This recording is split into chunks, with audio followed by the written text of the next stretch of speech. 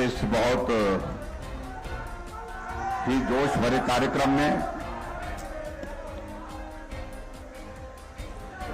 हमारे बीच में हिमाचल प्रदेश सरकार में माननीय शिक्षा मंत्री श्री गोविंद सिंह ठाकुर जी, आपके इस विधानसभा क्षेत्र के लोकप्रिय विधायक भाई सुरेंद्र शौरी जी, पार्टी के हमारे जिला के अध्यक्ष भाई भीम सिंह शर्मा जी, मंडल के अध्यक्ष बलदेव महंत जी, नगर परिषद के अध्यक्ष आशा जी, पंचायत समिति के अध्यक्ष Lata ji, deputy commissioner Kullu, SP Kullu, जिला परिषद की सदस्य श्रीमती विभा सिंह जी, पंचायती राज संस्थाओं के अन्य सभी चुने हुए प्रतिनिधि, नगर परिषद के सभी पार्षदगण, महिला मंडल के सभी सदस्यगण, उपस्थित सभी भाइयों बहनों, नौजवान साथियों और पत्रकार मित्रों, आज एक बार फिर से बंजारा विधानसभा क्षेत्र में आप सबके दर्शन करने का सौभाग्य प्राप्त हुआ। यहां गर्मजोशी के साथ आप सबने हमारा अभिनंदन स्वागत किया, उसके लिए आप सबका बहुत बहुत आभार।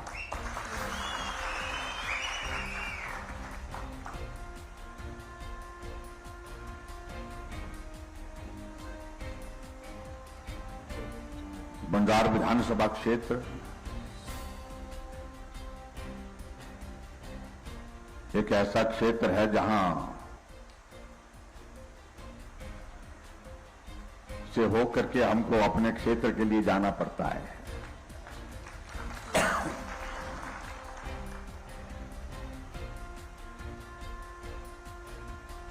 अगर बंजार वाले यहां पर रास्ता रोक दें तो हम यहीं अटक जाते हैं। कई बार तो घंटे घंटे का जाम लगाते हैं आप लोग। यहां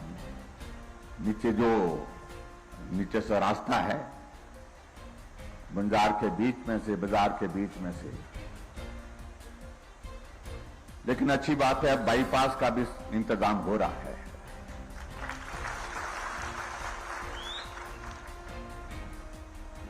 मैं इस बात को देख रहा था, मैं सुन भी रहा था विधायक महोदय जी को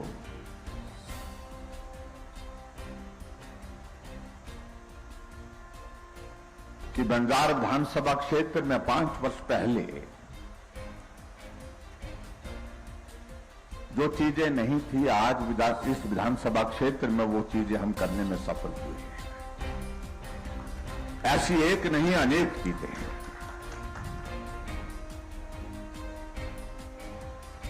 हालांकि कोविड जैसा बहुत बड़ा संकट रहा बीच में, लेकिन फिर भी उसके बावजूद ये विधानसभा क्षेत्र हर तरह से विकास में आगे बढ़ा।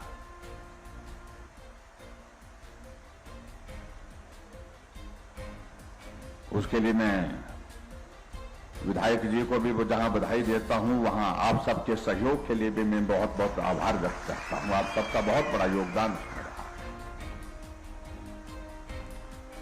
आज भी मैं अगर आपके इस विधानसभा क्षेत्र में यहां बंजार में आया हूं, देवता श्रृंगार ऋषि जी के यहां चरणों में, तो मैं यहां देख रहा हूं 16 नहीं 8 उद्घाटन और 9 शिलान्यास, कुल मिलाकर के 17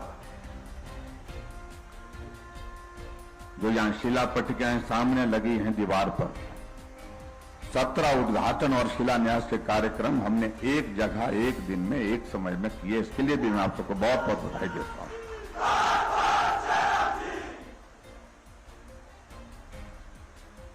और इन उद्घाटन और शिलान्यास में जो पैसा खर्च हो रहा है वो लगभग 60 करोड़ रुपए खर्च हो रहा है। जहां उद्घाटन हुआ वहां तो खर्च हो गया, लेकिन जहां शिलान्यास किया वहां पर खर्च होगा। लेकिन ताली आधे लोगों ने बजाई, आधे लोगों ने नहीं बजाई।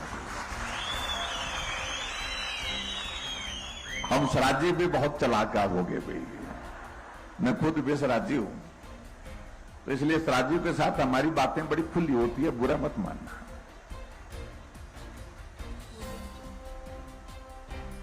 सिराज चाहे कुल्लू का है, चाहे वो मंडी का सिराज है, हमारी समस्याएं एक जैसी हैं। हमारी खुशियां एक जैसी हैं, हमारी बोली भाषा एक जैसी है, हमारा रहन सहन एक जैसा है।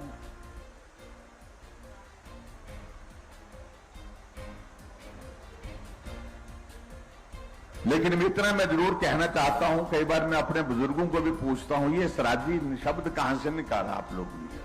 हम कुल्लू जाते हैं, वहां भी सराजी मिलते हैं, मंडी जाते हैं तो भी सराजी मिलते हैं। सही मायने में इसका अभिप्राय एक वक्त का ऐसा हुआ करता था, जो कम पढ़ा लिखा है, पिछड़ा है, जहां काम नहीं हुआ, विकास नहीं हुआ, जहां की जिंदगी कठिन है, उस इलाके को सिराज बोलते थे और उस इलाके में रहने वाले लोगों को सिराजी बोलते थे कि जिनको कम जानकारी है। आज कोई सिराजी ऐसा है जिसको कम जानकारी है?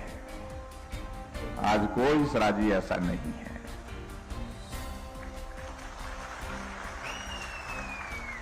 हर तरह से हम आगे बढ़े हैं, शिक्षा के क्षेत्र में आगे बढ़े हैं, विकास के हर क्षेत्र में हम आगे बढ़ करके आज उस तरह के सराजी नहीं रह गए जैसे सराजी लोग हमको मानते थे किसी जमाने में। ये बड़ा साफ कहना चाह रहा हूं।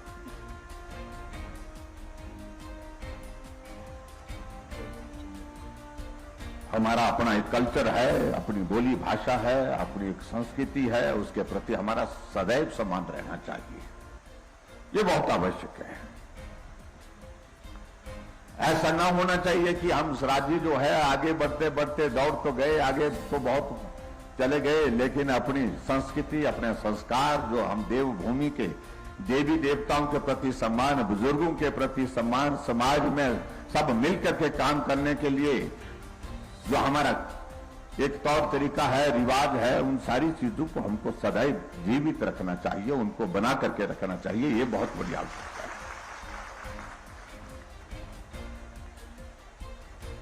पहले कम बोलते थे, पहले एक विधानसभा क्षेत्र का मेरे सिराज का नाम था, लेकिन जब मुख्यमंत्री बना तो लोग इस सिराजी के शब्द पर बहुत शोध करने लग पड़े। ये सिराजी होते कैसे हैं? ये सराजी होते कौन है? तो सारी चीजों को लेकर के बहुत सारे लोगों ने, मुझसे भी अच्छे पढ़े लिखे जो शोध करने वाले लोग हैं, उन्होंने भी हमसे पूछा कि भाई ये सराजी होता क्या है? तो चलो वो सारी बातें उनके साथ हमने कही, लेकिन कुल मिलाकर के मैं इतना जरूर कहना चाहते हैं कि सराज का दौर है। सराज का दौर का मतलब यह है कि जो पीछे रहने वाले लोग, जो कम जानते थे, कम पढ़े लिखे थे, जो विकास की दृष्टि से पिछड़े थे, एक दौर आया है। आज वो लोग भी आज मेन स्ट्रीम में आगे बढ़ते हुए हिमाचल प्रदेश में अपना योगदान दे रहे हैं और हिमाचल के विकास में अपना सहयोग दे रहे हैं, योगदान दे रहे हैं। उसके लिए मैं आप सबको बहुत बहुत बधाई देता हूं।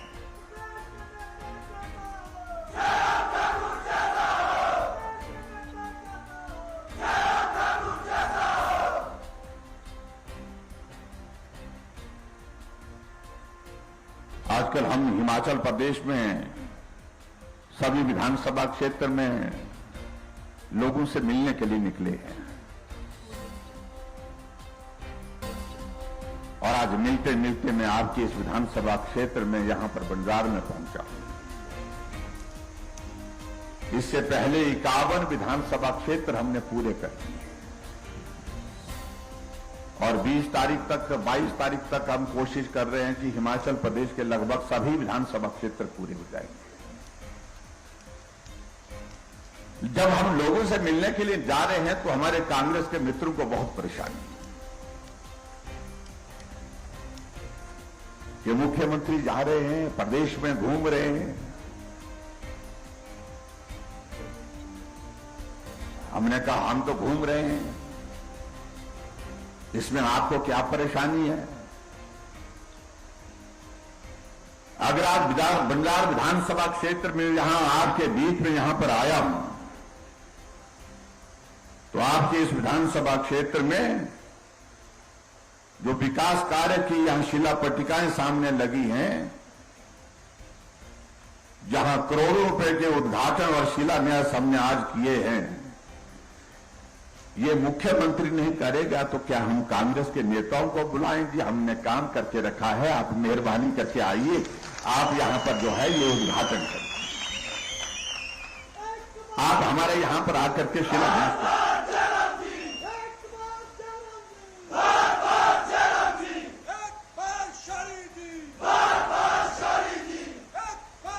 हमने कहा भाई कुछ तो समझा करो।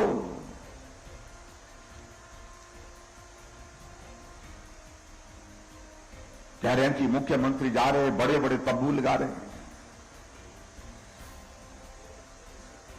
हमने कहा इसमें क्या परेशानी है भाई। मैंने उन कांग्रेस के मित्रों को कहा कि भाई हमारा तंबू तो लगा हुआ है, दिल्ली में भी लगा हुआ है और हिमाचल में भी लगा हुआ है, तो लगा रहेगा।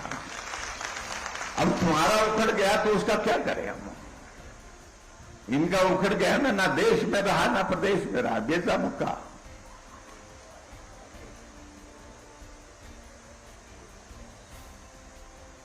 और मैं उनको ये भी कहना चाहता हूं जिस बात से उनको बहुत परेशानी होती है, दौरा पड़ने की नौबत आ जाती है बेचारों को। मैं कहता हूं कि ये तंबू अभी 20 साल 25 साल तक लगा ही रहेगा, चाहे प्रदेश की बात है चाहे वो देश की बात है।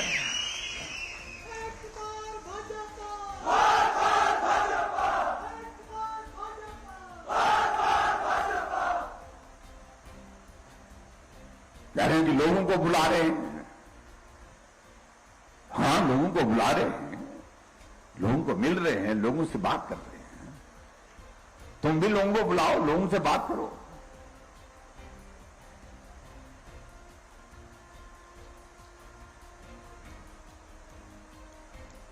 ये हिमाचल के इतिहास में पहली बार हो रहा है जहां मुख्यमंत्री हिमाचल प्रदेश के सभी विधानसभा क्षेत्र में जाकर के हिमाचल के गठन के 75 वर्ष पूरे होने के पश्चात हिमाचल के विकास में जो हमारे भाई बहनों का, हिमाचल के लोगों का योगदान रहा है, खुले मन से उनका आभार करने के लिए सारे हिमाचल प्रदेश में गांव गांव में जा रहा है।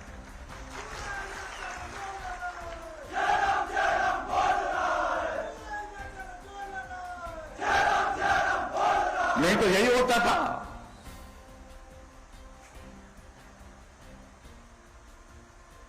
काम करने वाले लोग, काम करने वाली जनता जनार्दन, काम करने वाले एक मजदूर जो मजदूरी करने वाला है, लेकिन श्रेय लेने वाले हम नेता ही होते हैं। हम मंच पर से भाषण देते हैं कि इसका धन्यवाद, इस नेता का धन्यवाद, उस नेता का। मेरा नेताओं के प्रति सम्मान है, बहुत बड़ा सम्मान है, और नेताओं का धन्यवाद हम एक बार नहीं अनेक बार करते हैं, हर जगह करते हैं, हर बार करते हैं। और यहां पर भी आपने देखा होगा, मेरे आने से पहले अगर डॉक्यूमेंट्री आपने देखी होगी, यहां पर उस डॉक्यूमेंट्री में भी हिमाचल प्रदेश में जो 5 मुख्यमंत्री मुझसे पहले रहे हैं उनका भी जिक्र उसमें है। डॉक्टर वाईएस परमार जी का भी जिक्र उसमें है, ठाकुर रामलाल जी का भी जिक्र उसमें है, श्री वीरभद्र सिंह जी का भी जिक्र उसमें है, श्री शांता कुमार जी का जिक्र भी उसमें है, और श्री प्रेम कुमार धूमल जी का जिक्र भी उसमें है।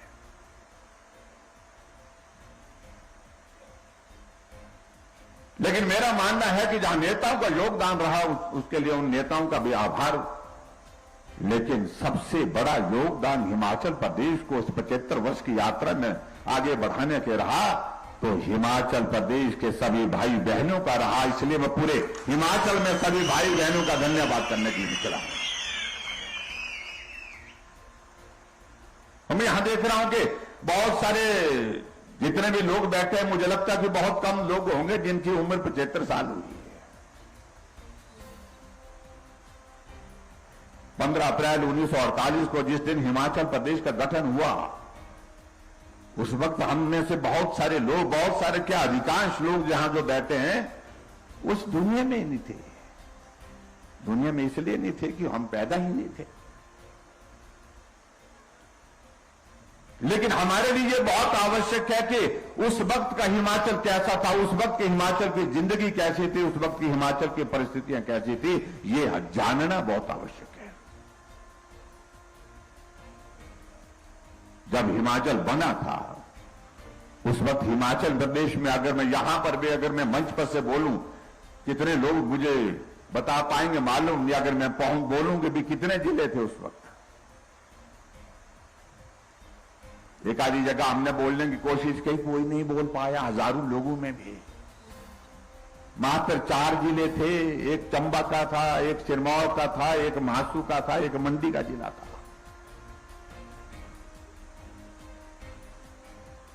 ये 15 अप्रैल 1948 की बात कर रहा हूं, जब हिमाचल बना था।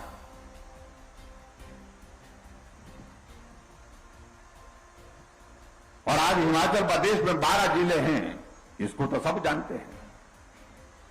इसलिए हमें इतिहास को भी जानना चाहिए, ये आज की आवश्यकता है।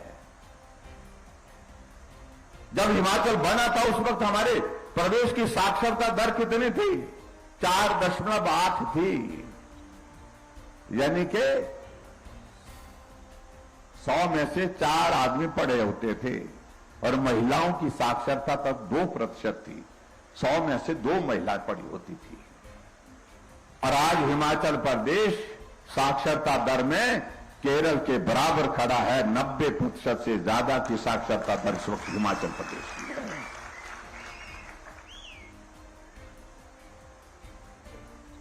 जब हिमाचल बना तो उस वक्त 228 किलोमीटर सड़क थी हिमाचल में, और आज हिमाचल प्रदेश में सड़कों की लंबाई 39,500 किलोमीटर है। हम कहां थे, कहां पहुंचे?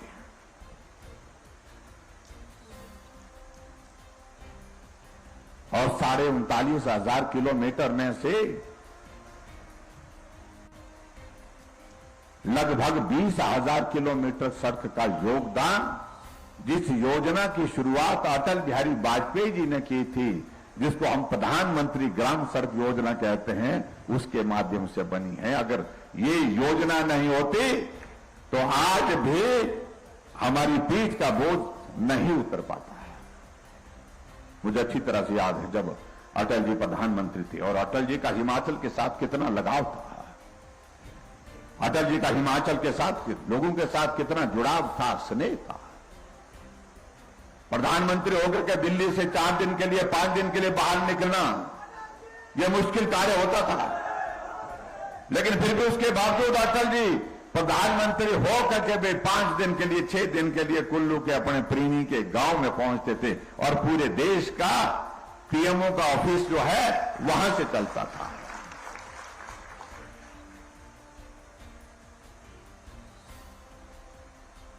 आजाद भारत के इतिहास में किसी प्रधानमंत्री ने किसी इलाके को इतना प्यार नहीं दिया, इतना स्नेह नहीं दिया, इतनी पहचान नहीं दिया है।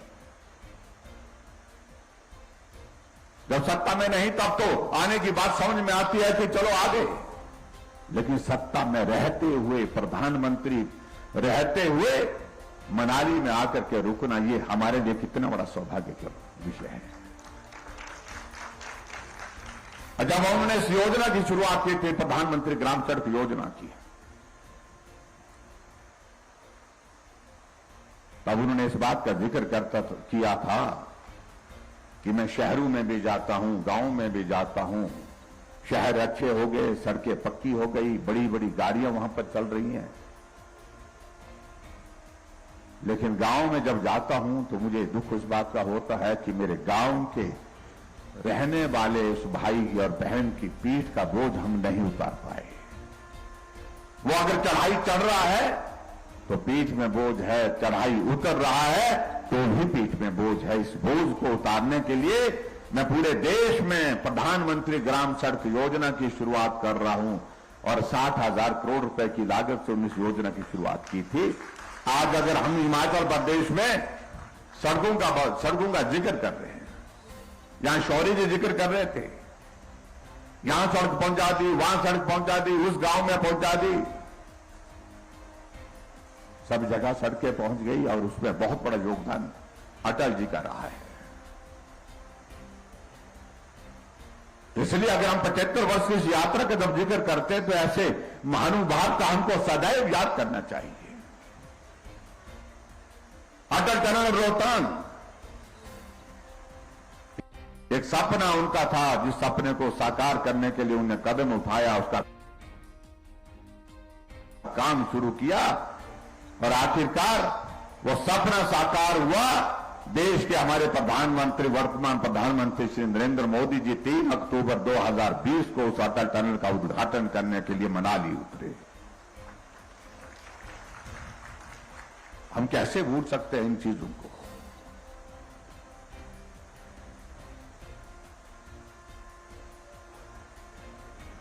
आप सबके सहयोग से भाई और बहनों हमारा 5 वर्ष का कार्यकाल पूरा हो रहा है। और जब 5 वर्ष का कार्यकाल पूरा हो रहा है तो स्वाभाविक रूप से हमारे बहुत सारे साथी कई तरह की बातें करते हैं।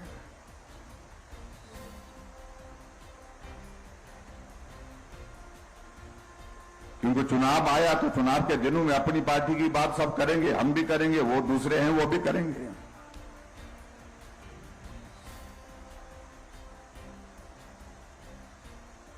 लेकिन मित्र, मैं जरूर कहना चाहता हूं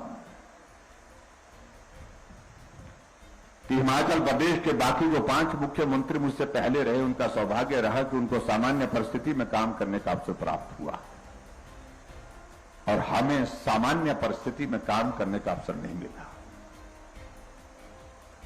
कहने के लिए हम बोल रहे हैं 5 वर्ष, लेकिन हकीकत है कि हम सही मायने में 3 वर्ष काम कर पाए और 2 वर्ष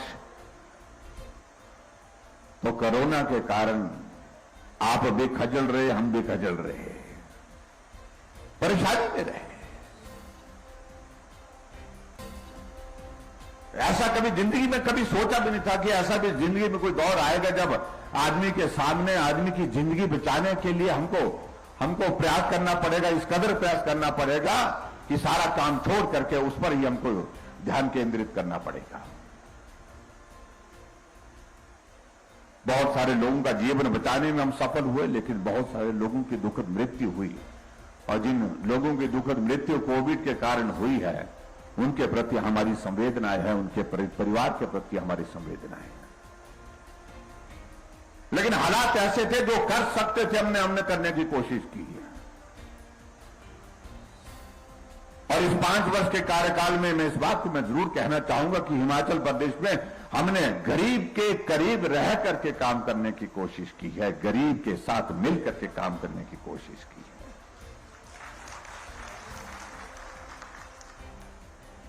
जो बहुत बातें सुनाते हैं उनसे हम इस बात को अगर हम पूछें कि तुम कितने लोगों को पेंशन देते थे, हिमाचल प्रदेश में वो 4 लाख लोगों को पेंशन देते थे, हम 7.5 लाख लोगों को पेंशन दे रहे हैं। वो हिमाचल प्रदेश में पेंशन पर 400 करोड़ खर्च करते थे, हम 1300 करोड़ रुपए खर्च कर रहे हैं हिमाचल प्रदेश में। ये अंतर है।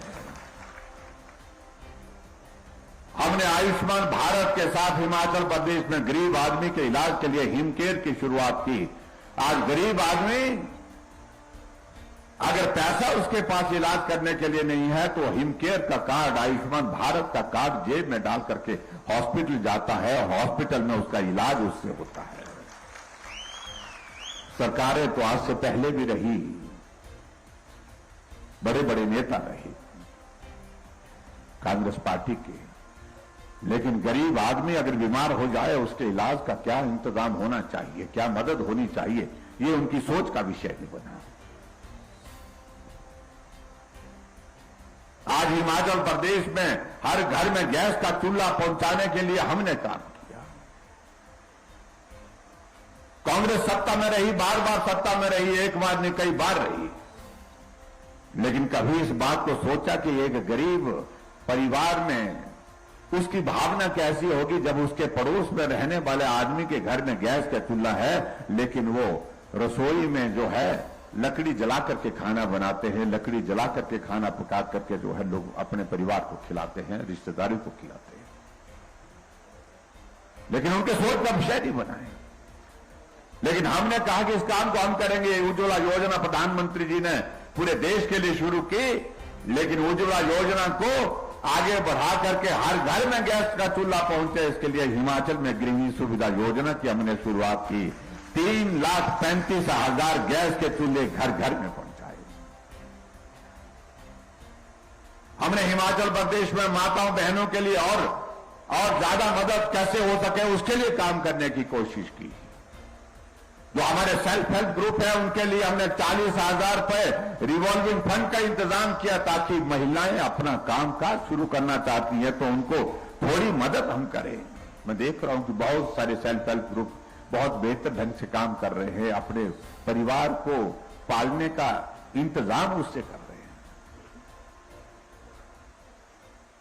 महिलाओं के घर से बाहर आने जाने में कठिनाई ना हो, क्योंकि उनको आज भी व्यवस्था के अनुसार जो है अगर बाहर जाना है तो किराया पति से ही मांगना पड़ता है। बुरा मत मानना भाई, तुमने अपनी जेब में ही रखे होते पैसे, मुझे पता है। इसलिए हमने कहा कि आने जाने का किराए में मदद करनी चाहिए। अब महिलाएं अपनी दुकान खोल रही हैं, अपना कारोबार कर रही हैं, कामकाज के लिए बाहर जा रही हैं, नौकरी कर रही हैं गवर्नमेंट सेक्टर में, प्राइवेट सेक्टर में। इसलिए हमने कहा कि महिलाएं अगर आबादी का आधा हिस्सा है तो उनको किराया भी आधा देना पड़ेगा। आधा किराया हमने महिलाओं के लिए तय किया।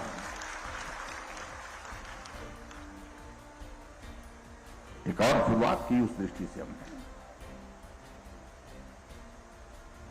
और इसमें तो मानना चाहिए मैं कल पुरुष भी खुश होने चाहिए, क्योंकि ये बटुआ तो आपका खुलता है, आधा खुल रहा है आजकल।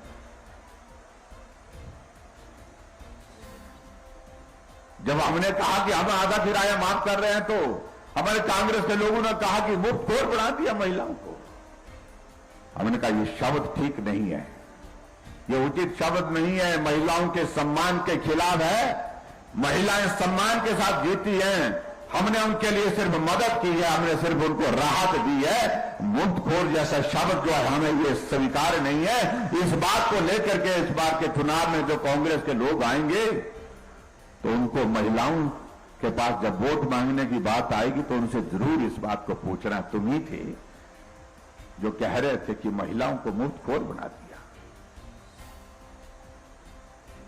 हमने हिमाचल प्रदेश में हमने कहा बिजली पैदा करते हम दूसरे प्रदेशों को बिजली बेचते हैं, हमारे गरीब लोगों के लिए बिजली में मदद हो, कैसे बिजली के किराए में राहत कैसे दी जा सकती है। हमने तय किया 125 यूनिट बिजली आपको हम जीरो बिल के साथ दे रहे हैं। सरकारें तो पहले भी रही, लेकिन कभी इस बात को लेकर के सोचा। हर बार बिजली का किराया बढ़ा दिया जाता था, हर बार जो है वो मीटर का किराया बढ़ा दिया जाता था। हम इस बात से सहमत है, थोड़ा बोझ आएगा प्रदेश सरकार के ऊपर, लेकिन गरीब आदमी की मदद और जो हमारा मध्यम वर्ग का जो हमारा भाई है बहनें हैं उनकी मदद करने का हमने रास्ता निकाला है। तो मुझे लगता है कि इस प्रदेश में किसी प्रकार की कोई परेशानी किसी को नहीं होनी चाहिए। लेकिन जब विचित्र बात तो तब लगती है जब हम ऐसा काम करते हैं, हम किसी वर्ग के लिए राहत देते हैं तो कांग्रेस के लोग बोलते कि मुफ्तखोर बढ़ा दिया, और जब अपनी बारी आती है, अब जब वोट फंसे हैं तो कहने लगे कि हम महिलाओं को 18 से 60 साल तक महिलाओं को 1500 रुपए महीने का देंगे, गारंटी दे रहे हैं आजकल। हम 300 यूनिट बिजली के देंगे, वो देंगे, और देंगे कब? जब आएंगे तो, जब आने नहीं देंगे हम तो देंगे कहां से?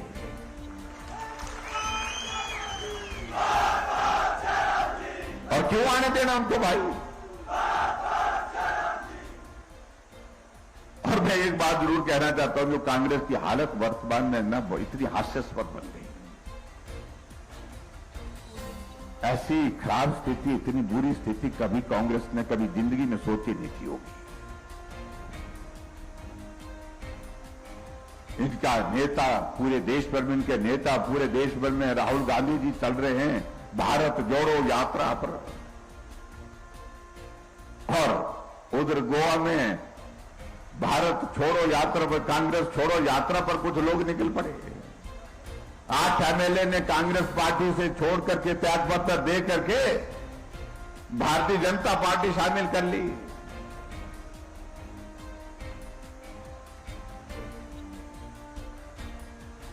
और हिमाचल प्रदेश में जो कांग्रेस के working president Pawan Kajal Congress party छोड़ के भाजपा में शामिल हुए, नालागढ़ के विधायक लखविंदर राणा कांग्रेस पार्टी छोड़ करके भाजपा में शामिल हो गए।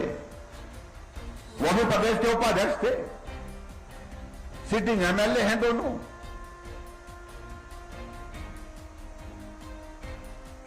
और उसकी वजह यह है कि नेतृत्व रहा नहीं।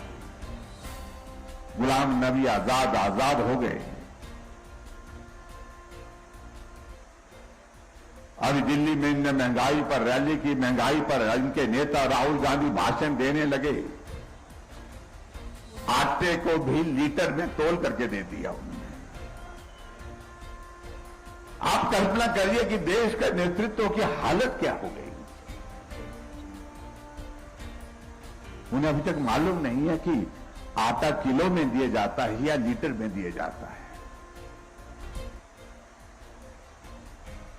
बहुत सारी बातें हैं जिन बातों को कहने का मैं समझता हूं आज हम रहने देते हैं। भाई और बहनों, मैं इतना जरूर कहना चाह रहा हूं,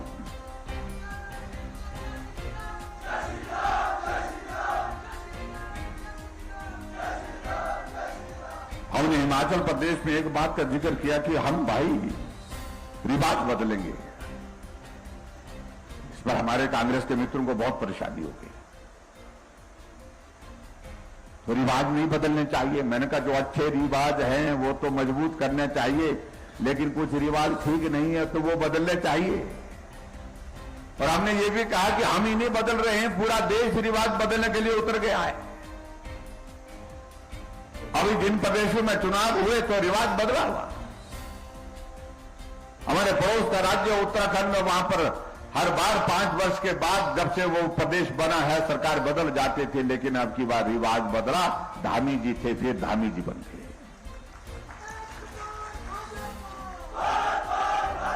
उत्तर प्रदेश में 37 वर्षों से रिवाज चला हुआ था, हर बार 5 वर्ष के बाद सरकार बदल जाते थे। अब की बार योगी जी थे, योगी जी फिर बन गए, रिवाज बदल गया। हरियाणा में हमारी सरकार कभी नहीं बनती थी, अब की बार सरकार बनी 2014 में, 5 वर्ष का कार्यकाल 2019 में पूरा करने के बाद फिर वहां पर भाजपा की सरकार चल रही है। रिवाज बदला है भाई। कभी कभी हमारी बात को मान लिया करो, हम उनको कहते हैं।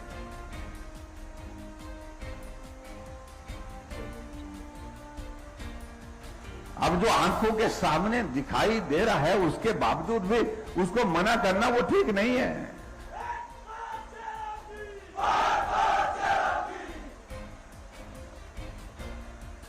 अभी हमारे कुछ कांग्रेस के साथी हमारी पार्टी में शामिल हुए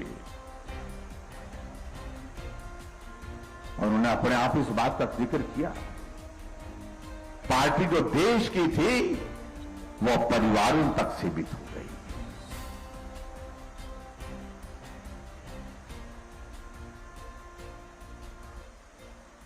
और इस कदर सीमित हो गई, परिवार से बाहर निकलने का नाम नहीं है। और हमने सारे हालात को देखा, लेकिन जब पूरे देश भर में हमने देखा कि उम्मीद रही नहीं, जब उम्मीद ही नहीं रही, ना समाज को रहे, समाज के लिए, ना देश के लिए, ना प्रदेश के लिए, ना हमारे लिए, तो इसलिए हमें उम्मीद के साथ चलना है। अगर उम्मीद है तो सिर्फ एक नेतृत्व पर, जिनका नाम नरेंद्र भाई मोदी है, उनके भरोसे ये देश आगे बढ़ रहा है, उनके साथ ये देश आगे बढ़ रहा है। इसलिए आज के हालात में यहां आना उचित है, इसलिए हमने छोड़ दी कांग्रेस, ऐसा उन्होंने कहा है।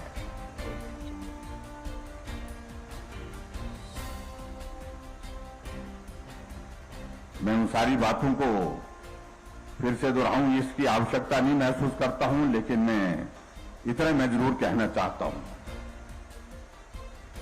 जब हमने रिवाज बदलने की बात की तो हमारे कांग्रेस के एक नेता ने कहा कि बहुत बड़ी बात कह दी, इस काम को बड़े बड़े लोग नहीं कर पाए।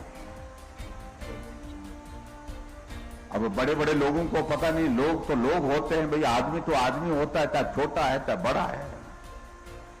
हमारे गोविंद जी कविता सुनाते हैं अटल जी के, जिन्होंने कहा है कि आदमी ना बड़ा होता है, आदमी ना छोटा होता है, आदमी सिर्फ आदमी होता है। लेकिन उनके दिमाग में बैठी हुई कि हम बड़े हैं, बाकी सब छोटे हैं। ये खराब बीमारी है भाई, इसका इलाज करना पड़ेगा। और इसका इलाज जो करने वाले वो छोटे लोग हैं, आप सब जो बैठे हैं, जो हम और आप सब बैठे हैं, हम सब मिल करके करेंगे। बोलते वो इस काम को वीरभद्र सिंह जी नहीं कर पाए तो जयराम किस खेत की मूली है। हमने कहा जरूरी नहीं है कि बड़े काम जो है बड़े ही लोग करते हैं, कुछ काम छोटे लोग भी करते हैं भाई।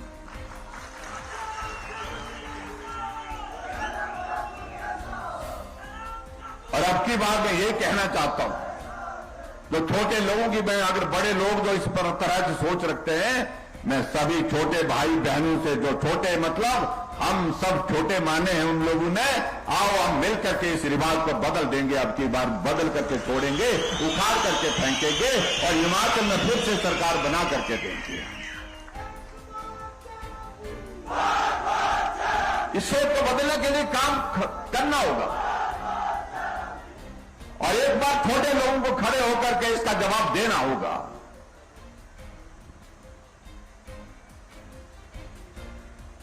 क्योंकि बड़े लोग अपने आप को बड़े मानते हैं, इसलिए गरीब के दर्द को नहीं समझ पाते हैं।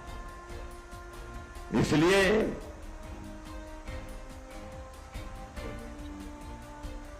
गैस का सिलेंडर देने का इनका की योजना लंबे समय तक सत्ता में रहने के बावजूद नहीं हुई, क्योंकि वो बड़े लोगों के घर में तो गैस होती थी, छोटे के घर में गैस हो या ना हो उससे कोई फर्क थोड़ी पड़ता था। गरीब आदमी बीमार हो तो इसमें बड़े लोगों का इलाज तो बड़े बड़े हॉस्पिटल में हो जाएगा, लेकिन गरीब आदमी का इलाज कहां होगा ये उनके सोचने का विषय नहीं था।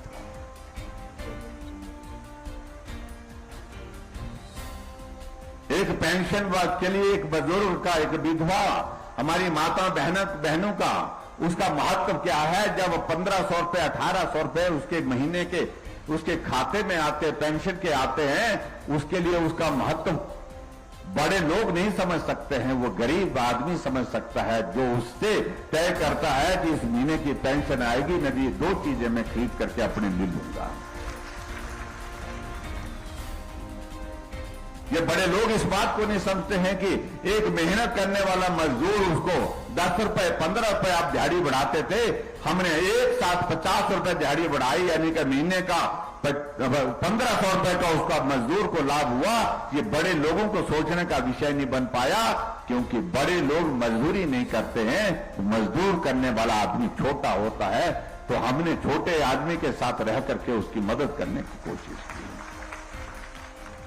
एक आशा वर्कर को 200 रुपए 250 रुपए बढ़ा दिया जाता था बजट में, हमने उसका आशा वर्कर का पैसा जो है 1800 रुपए उसका बढ़ा करके उसको मदद करने की कोशिश की है, क्योंकि वो छोटे होकर के भी बहुत बड़ा काम कर रहे हैं, किसी की जिंदगी को बचाने का काम कर रहे हैं। एक आंगनवाड़ी वर्कर जो है उसका 200 रुपए 250 रुपए बढ़ाते थे, 150 रुपए बढ़ाते थे, हमने उसका 1700 रुपए बढ़ा करके उसके लिए मदद का रास्ता निकाला, ताकि उसके लिए भी, उसके परिवार के लिए भी जो है 2 वक्त की रोटी जो है वो सरल हो जाए, उसमें उसके लिए मदद हो जाए, इस भाव के साथ काम किए। ये बड़े लोगों का सोचने का विषय नहीं बना। एक खिचड़ी बनाने वाला स्कूल में, एक चौकीदार पंचायत घर में, एक चौकीदार जो हमारा रेवेन्यू में काम करता है, जो भी है, जितने भी हैं, हमने उनके 900 रुपए महीने के बढ़ाया, नहीं तो उनका 50 रुपए 100 रुपए 150 रुपए ये बढ़ाया जाता था, क्योंकि वो छोटे लोग हैं। तो बड़े लोगों को उनकी पीड़ा को समझने का वक्त नहीं मिल पाया।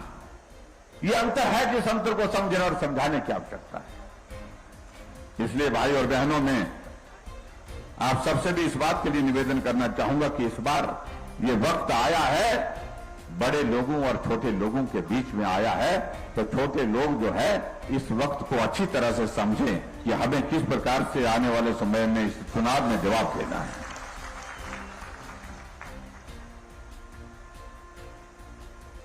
बाकी जहां तक आपके विधायक महोदय जी ने यहां पर काम की बातें कही हैं, मुझे इस बात की खुशी है कि हर क्षेत्र में यहां पर काम हुआ है, और मैं इस बात को भी देख रहा हूं, हर क्षेत्र में काम होने के साथ साथ में जो आपके इस विधानसभा क्षेत्र में आगे बढ़ करके बहुत सारी चीजों को बेहतर किया है। हां, आने वाले समय में और भी बेहतर करने के लिए इसके लिए जरूरी है हम केंद्र के साथ चले, केंद्र के सहयोग के साथ चले, केंद्र के साथ मिलकर के चले।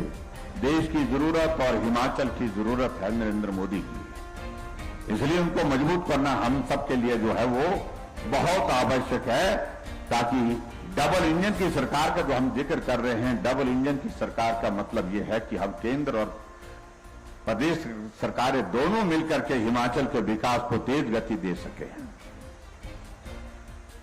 यहां जिक्र हो रहा था कि लाडा का पैसा कुछ आया है और उसमें से उन्होंने बहुत सारी एक लंबी सूची बना करके तैयार की जो इस विधानसभा क्षेत्र का हिस्सा बनता है। तो मैं उनका जिक्र कर रहा हूं, थोड़ा सा वक्त लग रहा है इसमें। मैं तो उनको कह रहा था कि मैं एक लाइन में बोलूं, उन्होंने कहा कि नहीं, अलग अलग इलाके की अलग अलग मांगे हैं। तो मैं पढ़ करके सुना देता हूं और इसमें आप सबका सहयोग चाहिए हमको। कुछ काम आज कर रहे हैं, कुछ काम आने वाले समय में करेंगे, लेकिन करते रहेंगे, ये मैं जरूर कहना चाहूंगा, हमेशा करते रहेंगे। और एक सड़क का यहां पर जिक्र किया है, फागला से गोही सड़क के लिए, उसके लिए 25 लाख रुपए देने की मैं घोषणा करता हूं। जोल गेस्टा पोइंग सड़क के लिए भी 25 लाख रुपए देने की मैं यहां पर घोषणा करता हूं। दलासनी से मही सड़क के निर्माण के लिए 15 लाख रुपए, बंजार बस स्टैंड से जवाहर सड़क के लिए 20 लाख रुपए की यहां घोषणा करता हूं। ग्राम पंचायत खावल में पोखरी धार से सांदा सड़क के लिए 20 लाख रुपए देने की यहां पर घोषणा करता हूं। बाहू प्लोनाला बछूट सड़क के लिए 25 लाख रुपए देने की यहां पर घोषणा करता हूं। पुराना बस स्टैंड से मेला मैदान सड़क के निर्माण के लिए, ये यहां का हुआ ही, तो उसके लिए 10 लाख रुपए देने की यहां पर घोषणा करता हूं। जैनी घोरली से बिहार बियाफड़ सड़क के लिए 10 लाख रुपए, दिलियार से पड़ादनी सड़क के लिए 25 लाख रुपए देने की घोषणा करता हूं। खाबर कैंची से हरिजन बस्ती कुलोहली बिंद्रा तक सड़क के निर्माण के लिए 20 लाख रुपए देने की घोषणा करता हूं। फुट ब्रिज गुशैनी के लिए 7 लाख रुपए देने की यहां पर घोषणा करता हूं। अरखली से छियाची घाट तक के लिए, उसके लिए 10 लाख रुपए सड़क के निर्माण के लिए मैं यहां पर घोषणा करता हूं।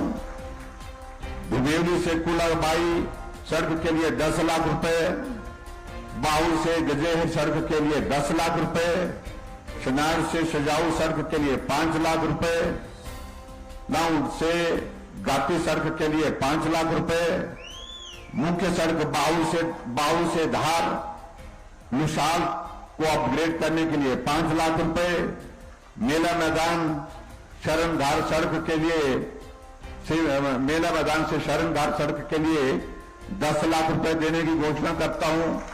बस स्टैंड बिहार से बागी सड़क के लिए 10 लाख रुपए, वाटर सप्लाई भिंडी से 10 लाख रुपए, कारदार संघ के भवन निर्माण के लिए 20 लाख रुपए, कारदार भी यहां पर बड़ी संख्या में आए हैं भाई।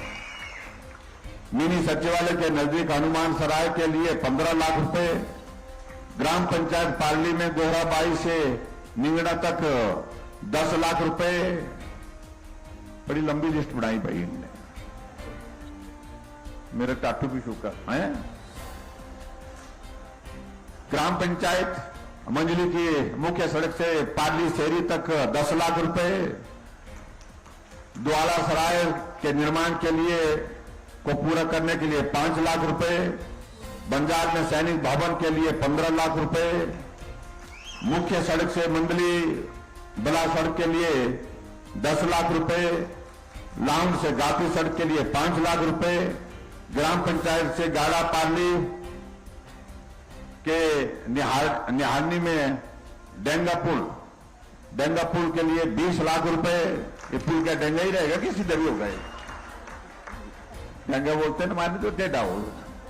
कोई आदमी अगर ठीक नहीं होता जो उल्टा काम करता है उसको बोलते हैं हमेशा ही डंगा ही करता है। तो पुल सीधा करना है भाई, डंगा मत रखना कहीं। तो जीबी में पार्किंग की निर्माण के लिए 10 लाख रुपए, भुशैनी में पार्किंग के निर्माण के लिए 10 लाख रुपए, बंजार विधानसभा क्षेत्र के अंतर्गत विभिन्न जगहों में हैंडपंप के निर्माण के लिए 40 लाख रुपए, बंजार कला केंद्र के लिए 10 लाख रुपए, ग्राम पंचायत शिकारी घाट के मुख्य सड़क से तांदी सड़क की मरम्मत के लिए 5 लाख रुपए, मंगलौर से रफोट छड़ी तक छड़ी सड़क की मरम्मत के लिए 5 लाख रुपए, मुख्य सड़क से चौकी तक सड़क के निर्माण के लिए 5 लाख रुपए, पुजाली से ठोगी डोगरी के लिए 20 लाख रुपए देने की यहां पर मैं घोषणा करता हूं। ये 5 करोड़ से ऊपर की राशि बन रही है, उसके लिए मैं आप सबको बहुत बहुत बधाई देता हूं। अभी हाल ही में एनएचपीसी के सीएमडी आए थे मेरे पास। हमने उनको कहा कि भाई आपके साथ बात तब होगी जब हमारा लाडा का पैसा जो देने को आपके पास पेंडिंग पड़ा है उसको आप रिलीज करो। उनको बुलाया मैंने शिमला, और फिर हमारे परिचित है पुराने सिंह साहब, वो रिटायर्ड हो गए, तो उनने चिट्ठी बना के लाई थी मुझे कि मैं 25 लाख रुपए आपको 25 करोड़ रुपए की जो है वो रिलीज कर दूंगा। मैंने कहा 25 नहीं, कम से कम 50 करोड़ रुपए आप रिलीज करो। और मुझे इस बात की खुशी है, उसके बाद वो दिल्ली गए, दिल्ली से मुझे फोन आया कि हमने 50 करोड़ रुपए रिलीज कर दिया है और अन्य विधानसभा क्षेत्र का भी हिस्सा जिसमें शामिल होगा वो पैसा वहां पर मिलेगा, विकास को गति मिलेगी। और क्योंकि ये हिस्सा आपका बनता था इसलिए मैंने आप सबके बीच में ये बात कही। और यहां कुछ बातें और कही गई हैं, कुछ स्कूलों का जिक्र यहां पर किया गया है, उसमें अगर नॉर्म्स के हिसाब से अगर वो सारे नॉर्म्स पूरा करते हैं तो उनको पूरा करेंगे। अगर नॉर्म्स में कमी रह गई, डिस्टेंस और स्ट्रेंथ में अगर कमी रह गई तो उस बात को लेकर के विचार करेंगे फिर बाद में भी। लेकिन अगर नॉर्म पूरा करते हैं तो निश्चित रूप से उनको खोलेंगे। एक ग्राम पंचायत नोहांडा की राजकीय माध्यमिक पाठशाला पिंदर को राजकीय उच्च पाठशाला बनाने की जो बात कही है, इसको उच्च पाठशाला बनाने की मैं यहां पर घोषणा करता हूं। और उसके अतिरिक्त ग्राम पंचायत खाबल की राजकीय प्राथमिक पाठशाला देवी थाज को राजकीय माध्यमिक पाठशाला करने के लिए स्तरोन्नत करने के लिए आग्रह किया है। इसको मैं अपग्रेड करके मिडिल स्कूल करने की यहां पर घोषणा करता हूं। ग्राम पंचायत पेखड़ी में राजकीय माध्यमिक पाठशाला नहीं तो उच्च विद्यालय करने के लिए आग्रह किया गया है। इसको मैं हाई स्कूल करने की मैं घोषणा करता हूं। मैंने कहा कि नॉर्म्स के मुताबिक आना चाहिए, चूंकि अभी ये संभव नहीं है हम इसकी रिपोर्ट मंगवा सकें। तो इसी के साथ ग्राम पंचायत शिकारी घाट की राजकीय माध्यमिक पाठशाला तांदी एट गोहोर को उच्च विद्यालय करने की भी मैं यहां पर घोषणा करता हूं। ग्राम पंचायत तलाड़ा में राजकीय प्राथमिक पाठशाला तलाड़ा को राजकीय माध्यमिक पाठशाला करने की घोषणा करता हूं। ग्राम पंचायत देवठा में राजकीय प्राथमिक पाठशाला गोड़ीगार को राजकीय माध्यमिक पाठशाला वीरों को बोलने में तो दिया ताली बाजे बाद में आप पहले भी जा रहे हैं, ठेका लगा तो बड़ा भारी। तलाड़ा को राजकीय माध्यमिक पाठशाला अपग्रेड करने के लिए जो बात कही है उसको अपग्रेड करेंगे, मिडिल स्कूल उसको बनाएंगे। और उसी तरह ग्राम पंचायत देवठा में राजकीय प्राथमिक पाठशाला गोड़ीगार को मिडिल स्कूल बनाने की जो बात कही है इसको मिडिल स्कूल बनाएंगे। और राजकीय उच्च पाठशाला भलान को राजकीय वरिष्ठ माध्यमिक पाठशाला बनाने के लिए आग्रह आया है। आया कोई बुलाने से? कोई थोड़े आ रहे हैं, 2-4 नहीं आए, बाद में देंगे इसको। आए जो मालूम है तो क्या करना पड़ेगा? एक है तरफ एक से 2 हाथ खड़े, अभी एक दोनों हाथ खड़े होने से भी आदमी तो एक ही होना ना, नहीं चाहिए ना लोनी। चलो भाई वहां बोलना कि भाई आप नहीं आए थे, गैर हाजिरी लगी आपकी और उसके बावजूद भी आपको ये स्कूल जो है हमने सीनियर सेकेंडरी स्कूल करने की बेस की घोषणा करता हूं। नॉर्म्स ठीक होना चाहिए, मैंने एक ही बात कही है। और इसी तरह से अब तो हो गए भी, कितने स्कूल हो गए ये? अब तो ये मैंने आपको कम करने के लिए बोला, इनने तार और जोड़ दिए उसमें। एक शिया करके है, एक हमारा वरिष्ठ माध्यमिक पाठशाला, इसमें साइंस की क्लासेस बढ़ाएं, ये कॉमर्स और साइंस की क्लासेस के लिए कहा है। इनको साइंस की क्लासेस और कॉमर्स की क्लासेस भी शुरू कर देंगे। और गवर्नमेंट मिडिल स्कूल पाशी और गवर्नमेंट मिडिल स्कूल यहाँ, इन दोनों स्कूलों में अगर नॉर्म्स पूरे होंगे तो हाई स्कूल इनको भी बनाएंगे। ये भी मैं आपके बीच में कहना चाहता हूं।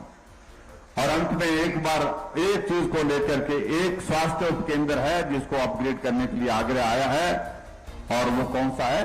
यही है ना, एक ही होना देखना, एक ना, दो ही ना होना, एक क्या होना। तो ये जो बठार कितना बड़ा दूर भाई, बठार जो है, यहां पर जो है हेल्थ सब सेंटर को अपग्रेड करके इसको प्राइमरी हेल्थ सेंटर बनाने की भी यहां पर घोषणा करता हूं, ताकि आपको अच्छी स्वास्थ्य की सुविधा मिल सके। और इसके साथ में एक और उप स्वास्थ्य केंद्र की जो बात कही, अगर नॉर्म्स में पूरा हुआ तो बनोगी के लिए प्राथमिक स्वास्थ्य केंद्र जो है, इसको भी पीएससी बनाने की बात कही गई है।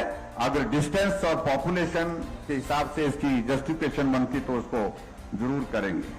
मैं इस बात को देख रहा था कि आपके इस विधानसभा क्षेत्र में अगर हम विकास की अगर सारी चीजों का जिक्र करें तो पीएमजीएसवाई के अंतर्गत ही लगभग 100 करोड़ से ऊपर इस विधानसभा क्षेत्र में, एक विधानसभा क्षेत्र में पैसा खर्च हुआ है।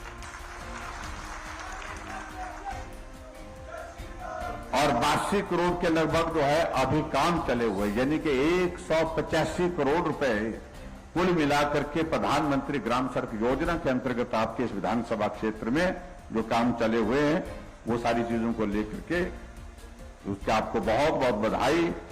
और अंत में एक चीज और जो कही गई है, वो ये कही है जो सैंज में जो वहां एक इंडोर स्टेडियम की बात कही गई है, और उसके लिए भी 2.5 से 3 करोड़ रुपए उस पर खर्च आएगा।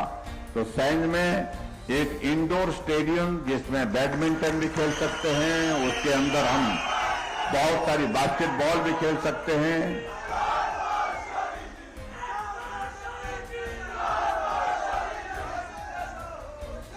एक इंडोर स्टेडियम आपके सैंज में खोलने की भी मैं आज के इस कार्यक्रम में घोषणा करता हूं, ताकि उस घाटी में, उस इलाके में भी स्पोर्ट्स की गतिविधि को हम और बल दे सके। ये मैं आपके बीच में कहना चाहता था। और दूसरी बात अंत में, आपने जो मांगा वो हमने दिया है। अब हमें आप क्या देंगे? हमें तो एक विधायक चाहिए, हमें विधायक चाहिए इस विधानसभा क्षेत्र से जो हिमाचल में भारतीय जनता पार्टी की सरकार को बना सके, अपना योगदान दे और दिल्ली में नरेंद्र भाई मोदी जी की सरकार को मजबूती दे सके। उसके लिए आप सबका आशीर्वाद चाहिए भाई और बहनों। मुझे पूरा भरोसा है यहां कोई कमी नहीं छूटेगी, कोई कसर नहीं छोड़ेंगे। बहुत बड़े बहुमत के साथ आप लोग यहां पर हम सबको अपना आशीर्वाद देंगे भारतीय जनता पार्टी की जीत को। और यहां भाई सुरेंद्र शौरी जी बहुत परिश्रम कर रहे हैं, मेहनत कर रहे हैं, आप सबके लोगों के बीच में काम कर रहे हैं। सहयोग करने वाले आदमी को हमेशा पहली बार जीत करके आए थे, और ऐसे में पहली बार आकर के काम करना कठिन भी होता है, लेकिन बहुत अच्छा काम इन्होंने किया है। इतनी बात कहते हुए आप सब आज के इस कार्यक्रम में बड़ी संख्या में यहां पर पहुंचे। आप सब